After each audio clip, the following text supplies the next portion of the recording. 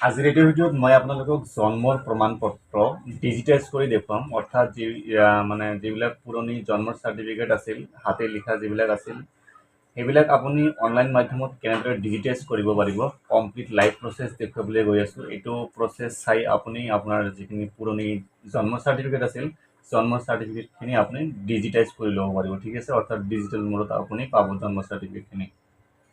Online মাধ্যমত জন্মৰ certificate digitise কৰিবলৈ আপুনি গুগলত CRS লিখি চাৰ্চ কৰিব, ঠিক আছে। ইয়াৰে ডাইৰেক্ট লিংক ডিছক্ৰিপশ্যনত দিয়া থাকিব।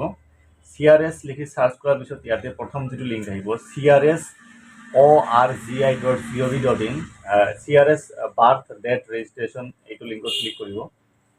ক্লিক কৰাৰ পিছত আপুনি এইটো ৱেবছাইটত গুচি আহিব। তাৰপিছত ইয়াতে আপুনি জেনেৰেল পাব্লিক চাইন আপ এটা অপশ্যন আছে, ইয়াতে ক্লিক কৰিব। ইয়াত সাইন আপত ক্লিক কৰি দিয়াৰ পিছত এনেকুৱা ধৰণৰ এটা ফৰ্ম অপেন হৈ যাব। এই ফৰ্মটো ফিল আপ কৰি আপুনি ৰেজিষ্টাৰ কৰি ল'ব, ঠিক আছে। ৰেজিষ্টাৰ কৰাৰ পিছত আপোনাৰ মোবাইল নাম্বাৰ আৰু ইয়াতে এটা পাছৱাৰ্ড জেনেৰেট কৰিব লাগিব। পাছৱাৰ্ডৰ থ্ৰুদি আপুনি লগ ইন কৰিব পাৰিব, ঠিক আছে। মই যিহেতু অলৰেডি আগতে একাউণ্ট বনাইছোঁ, গতিকে মই ডাইৰেক্ট লগ ইন কৰি দেখুৱাইছোঁ। লগ ইন কৰিবলৈ এইটো লিংকত আপোনাক আহিব লাগিব। এইটো লিংক ভিডিঅ' ডিছক্ৰিপশ্যনত দিয়া থাকিব, ঠিক আছে। কেতিয়াবা আপুনি ৱেবছাইটত এইটো লিংক বিচাৰি নাপাব, মই ডিছক্ৰিপশ্যনত লিংক দি দিম, ঠিক আছে। আপুনি কেনেদৰে লগ ইন কৰিব। এইটো লিংকত অহাৰ পিছত ইয়াতে mobile number captcha fill up কৰি ইয়াতে আপুনি লগ ইনত ক্লিক কৰিব। তাৰপিছত ইয়াতে ৰেজিষ্টাৰ মোবাইল নাম্বাৰত এটা OTP আহিব, OTP ফিল আপ কৰি লগ ইনত ক্লিক কৰিব। লগ ইনত ক্লিক কৰি দিয়াৰ পিছত ইয়াতে যিটো ইণ্টাৰফেচ, যিটো ৱেবছাইটৰ ইণ্টাৰফেচটো আপুনি দেখা পাব। ইয়াতে আপুনি জন্মৰ চাৰ্টিফিকেট ডিজিটাইজ কৰিবলৈ ইয়াতে এটা বাৰ্থ অপশ্যন পাব। হোমৰ পিছতে বাৰ্থ, ইয়াতে এটা এৰ' আইকন দিয়া আছে, এৰ' আইকনত ক্লিক কৰিব। ক্লিক কৰি দিয়াৰ পিছত ইয়াতে চাব এড অল্ড বাৰ্থ ইভেণ্ট বুলি লিখা আছে, এইটো অপশ্যনত ক্লিক কৰিব। ক্লিক কৰাৰ পিছতে ইয়াতে এটা এপ্লিকেশ্যন ফৰ্ম অপেন হৈ যাব। এপ্লিকেশ্যন ফৰ্মটো আপোনাক গোটেইখিনি ফিল আপ কৰিব লাগিব। মই গোটেইখিনি আপোনালোকক এটাকৈ এটাকৈ ফিল আপ কৰি দেখুৱাইছোঁ, ঠিক আছে। প্ৰথমতে আপুনি ইয়াতে যিটো ষ্টেট হয় আপোনাৰ ষ্টেটটো চিলেক্ট কৰিব। আছাম, মই আছামৰ পৰা যিহেতু এপ্লাই কৰি আছোঁ, ইয়াতে আছাম চিলেক্ট কৰাৰ লগে লগে ইয়াতে চাব অসমীয়া যিটো লেংগুৱেজ হয়, অসমীয়া লেংগুৱেজটো আহি যাব। ষ্টেট চিলেক্ট কৰিব, তাৰপিছত এইটো লেংগুৱেজ বাই ডিফল্ট ইংলিছ আছে, এইটো আপুনি চেঞ্জ কৰিব নোৱাৰে। তাৰপিছত ছেকেণ্ড লেংগুৱেজ এছামিছ থাকিব। তাৰপিছত ডেট অফ ৰিপৰ্টিং, এইটো অট'মেটিক আহিব। তাৰপিছত ৰেজিষ্ট্ৰেশ্যন নাম্বাৰটো আপোনাক দিব লাগিব। ৰেজিষ্ট্ৰেশ্যন নাম্বাৰটো আপোনাৰ যিটো পুৰণি বাৰ্থ চাৰ্টিফিকেট আছিল তাতে লিখা আছে, তাতে চাই ফিল আপ কৰিব।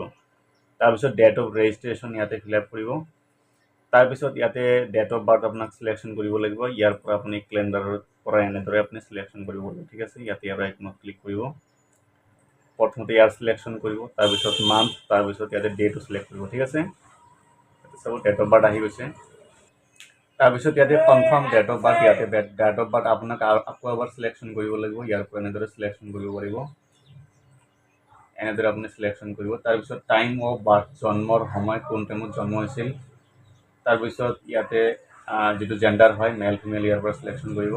এইটো নিদিলেও হ'ব, টাইম অফ বাৰ্থ এইটো অপশ্যনেল হয়। ইয়াতে যিখিনি আপোনাৰ ষ্টাৰ মাৰ্ক দিয়া আছে সেইখিনি আপোনাক ফিল আপ কৰিব লাগিব, ঠিক আছে। তাৰপিছত ইয়াতে চাব আধাৰ বা EID নাম্বাৰ, আপোনাৰ যদি যাৰ নামত আপুনি জন্ম চাৰ্টিফিকেট, যিটো জন্ম চাৰ্টিফিকেট আপুনি ডিজিটাইজ কৰি আছে তাৰ নামত যদি আধাৰ কাৰ্ড থাকে ইয়াতে আপুনি ফিল আপ কৰিব পাৰে। আধাৰ কাৰ্ড নাইবা আধাৰ কাৰ্ডৰ যিটো ৰিচিপ্ট নাম্বাৰ থাকে, এনৰলমেণ্ট নাম্বাৰ, সেই নাম্বাৰটো ফিল আপ কৰিলে হ'ব। যদি নাথাকে এইটো অপশ্যনেল, ঠিক আছে। ফিল আপ নকৰিলেও কোনো কথা নাই। ইয়াতে আধাৰ চিলেকশ্যন কৰিলে ইয়াতে আধাৰ নাম্বাৰটো ফিল আপ কৰিব লাগিব। তাৰপিছত আধাৰ কাৰ্ডত যি নেম আছে ইয়াতে first name, middle name, last name, Asomiya আৰু ইংৰাজী দুয়োটাতে ফিল আপ কৰিব, ঠিক আছে। তাৰপিছত ইয়াতে চাব কনফাৰ্ম চাইল্ড নেম, ইয়াতে আপোনাৰ যিটো চাইল্ডৰ নেম হয়, শিশুৰ নামটো ইয়াতে আকৌ এবাৰ ফিল আপ কৰিব। ইয়াতে ফাৰ্ষ্ট নেম, তাৰপিছত ইয়াতে মিডিল নেম, তাৰপিছত ইয়াতে লাষ্ট নেম ফিল আপ কৰিব। তাৰপিছত ইয়াতে ফাদাৰৰ যি নেম হয়, ফাৰ্ষ্ট নেম ফিল আপ কৰিব, মিডিল নেম থাকিলে ফিল আপ কৰিব। তিনিটা যেতিয়া ৱাৰ্ডৰ নেম হয় তেতিয়া মিডিল নেম থাকিব, দুটা ৱাৰ্ডৰ হ'লে মিডিল নেম নাথাকিব, ঠিক আছে। ইয়াতে ফাৰ্ষ্ট নেম আৰু ইয়াতে আপুনি লাষ্ট নেম ফিল আপ কৰিব। তাৰপিছত ইয়াতে অসমীয়াত ফিল আপ কৰিব লাগিব, প্ৰথম নাম, মধ্য নাম, শেষ নাম। একেবাৰে ইজি হয়, বেছিক একেবাৰে হয়, বেছিক আপুনি যেনেদৰে আদাৰ্ছ ফৰ্মবিলাক ফিল আপ কৰে তেনেকুৱা ধৰণৰ।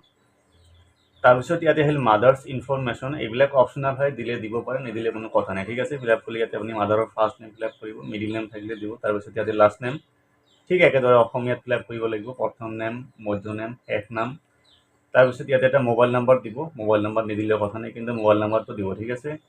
আগলৈ কণ্টেক্ট কৰাৰ যাতে আপোনাৰ সুবিধা হয়। ইমেইল ID থাকিলে দিব পাৰে, নাথাকিলে নাই। ইয়াতে আধাৰ নাম্বাৰ ফিল আপ কৰিব, মাদাৰৰ যদি থাকে, নাথাকিলে কোনো কথা নাই। তাৰপিছত ইয়াতে চাওক address of parents at the time of birth of the child, যেতিয়া মানে চাইল্ডৰ জন্ম হৈছিল, শিশুৰ জন্ম হৈছিল, তেতিয়া আপোনাৰ মাক বা দেউতাকৰ এড্ৰেছ ক'ত আছিল সেই এড্ৰেছটো ইয়াতে ফিল আপ কৰিব লাগিব। যদি ইণ্ডিয়াতে হয় এইটো in India by default selection কৰা আছে, এইটো আপুনি ৰাখিব। যদি আউট অফ ইণ্ডিয়া হয় তেনেহ'লে এইটো অপশ্যন চিলেক্ট কৰিব, ঠিক আছে। তাৰপিছত ইয়াতে ষ্টেট চিলেকশ্যন কৰিব, ডিষ্ট্ৰিক্ট চিলেকশ্যন কৰিব, চাব ডিষ্ট্ৰিক্ট, তাৰপিছত কোনখন গাঁও হয় গাঁৱটো ইয়াৰ পৰা চিলেকশ্যন কৰিব। ইজি হয়, ফিল আপো কৰিব নালাগে, জাষ্ট চিলেকশ্যন কৰিবলৈ হ'ল। তাৰপিছত ইয়াতে আহিল পিন কোড, তাৰপিছত ইয়াতে হাউচ নাম্বাৰ থাকিলে দিব পাৰে বা বিল্ডিঙৰ কিবা যদি নাম থাকে ইয়াতে দিব, ঠিক আছে। মই গোটেইখিনি ফিল আপ কৰি দেখুৱা নাই, গোটেইখিনি ফিল আপ কৰি দেখুৱালে বহুত দীঘলীয়া হৈ যাব ভিডিঅ'টো, আপুনি নিজে ফিল আপ কৰিব পাৰিব, ঠিক আছে। কিবা অসুবিধা হ'লে কমেণ্ট বক্সত কমেণ্ট কৰি জনাব। তাৰপিছত ইয়াতে হাউচ নাম্বাৰ ফিল আপ কৰিব, ৰাস্তাৰ কিবা নাম থাকিলে ইয়াতে নামটো দিব পাৰে, পোষ্ট অফিচ নাথাকিলে ইয়াতে আপুনি আপোনাৰ যিটো গাঁও হয় গাঁওখনৰ নাম লিখি দিব পাৰে। তাৰপিছত ঠিক একেদৰে এইবিলাক অসমীয়াত ফিল আপ কৰিব লাগিব, ইংৰাজীত যেনেদৰে ফিল আপ কৰিছে, ঠিক আছে। তাৰপিছত ইয়াতে চাব পাৰ্মানেণ্ট এড্ৰেছ অফ পেৰেণ্টছ। যদি আপুনি আগতে যিখিনি ফিল আপ কৰিছে পাৰ্মানেণ্ট এড্ৰেছ আৰু প্ৰেজেণ্ট এড্ৰেছ ছেম হয়, তেনে ক্ষেত্ৰত ইয়াতে আপুনি য়েছৰ টিক মাৰ্ক দিব, আৰু যদি বেলেগ হয় তেনে ক্ষেত্ৰত ইয়াতে নত টিক মাৰ্ক দিব, ঠিক আছে। তাৰপিছত প্লেচ অফ বাৰ্থ, কোনখন মানে ক'ত জন্ম হৈছিল, ঘৰত হৈছিল নে হস্পিটেলত হৈছিল, ইয়াৰ পৰা চিলেকশ্যন কৰিব লাগিব। তাৰপিছত ইয়াতে ষ্টেট চিলেকশ্যন কৰিব, ডিষ্ট্ৰিক্ট চিলেকশ্যন কৰিব, তাৰপিছত চাব ডিষ্ট্ৰিক্ট আৰু গাঁও ইয়াৰ পৰা চিলেকশ্যন কৰিব, ঠিক আছে। এই গোটেইখিনি ফিল আপ কৰাৰ পিছত ইয়াতে চাব ৰেজিষ্ট্ৰেশ্যন ইউনিট, পঞ্জীয়ন গোট, ইয়াতে আপুনি এৰ' আইকনত ক্লিক কৰিব। ক্লিক কৰি দিয়াৰ পিছত আপোনাৰ কোনটো হস্পিটেলত জন্ম হৈছিল বা নিয়াৰেষ্ট এখন হস্পিটেল আপুনি ইয়াতে চিলেকশ্যন কৰিব, ঠিক আছে। মই ইয়াতে দুটা আছে, মই মোৰ যিটো হয় মই চিলেকশ্যন কৰিছোঁ। এই গোটেইখিনি ডিটেইলছ ফিল আপ কৰাৰ পিছত ইয়াতে চাব আপলোড ডকুমেণ্টছ এটা অপশ্যন আছে, এইটো আপোনাক অন কৰি দিব লাগিব, ঠিক আছে। গোটেইখিনি ফিল আপ নকৰিলে কিন্তু এইটো অন নহ'ব, ঠিক আছে। মই আগতে কৈছোঁ ইয়াতে আপোনাৰ যিটো জন্ম চাৰ্টিফিকেট আছিল, পুৰণি জন্ম চাৰ্টিফিকেটটো ইয়াতে আপোনাক আপলোড দিব লাগিব, JPG PNG ইয়াতে 8 MBৰ ভিতৰত হ'ব লাগিব, ঠিক আছে। ইয়াতে লোডিং হৈ আছে, আপুনি চাব গোটেইখিনি ফিল আপ কৰিব, নহ'লে কিন্তু এইটো আপোনাৰ মানে ইয়াতে এইটো অনেই নহ'ব, আপুনি আপলোডে কৰিব নোৱাৰিব, ইয়াতে আপুনি এইখিনি অন কৰিব। ইয়াতে অলপ সময় লোডিং হোৱাৰ পিছত ইয়াতে ডকুমেণ্টছ আপলোড কৰাৰ অপশ্যন আহিব, ইয়াতে আপোনাৰ জন্ম চাৰ্টিফিকেটটো আপলোড কৰি ইয়াতে আপুনি নেক্সট বুলি লিখা আছে, নেক্সটত ক্লিক কৰিব। নেক্সটত ক্লিক কৰি দিয়াৰ লগে লগে আপুনি যিখিনি ডিটেইলছ ফিল আপ কৰিছে গোটেইখিনি ইয়াতে প্ৰিভিউ শ্ব' কৰিব, লগতে আপোনাৰ জন্ম চাৰ্টিফিকেটটো ইয়াতে আপুনি চাব পাৰিব, যিটো আপলোড কৰিছে আপুনি। এই গোটেইখিনি ডিটেইলছ ভালকৈ চোৱাৰ পিছত ইয়াতে আপুনি জাষ্ট কনফাৰ্মত ক্লিক কৰি দিব। কনফাৰ্মত ক্লিক কৰি দিয়াৰ লগে লগে ইয়াতে চাব ছাবমিটেড ফৰ ৰেজিষ্ট্ৰেশ্যন, ইয়াতে এটা ৰাইট চিন আহিব। তো এইখিনিয়ে প্ৰচেছ আছিল, এনেকৈ আপুনি আপোনাৰ যিখিনি পুৰণি জন্ম চাৰ্টিফিকেট আছে এইটো প্ৰচেছৰ জৰিয়তে আপুনি ডিজিটাইজ কৰিব পাৰিব।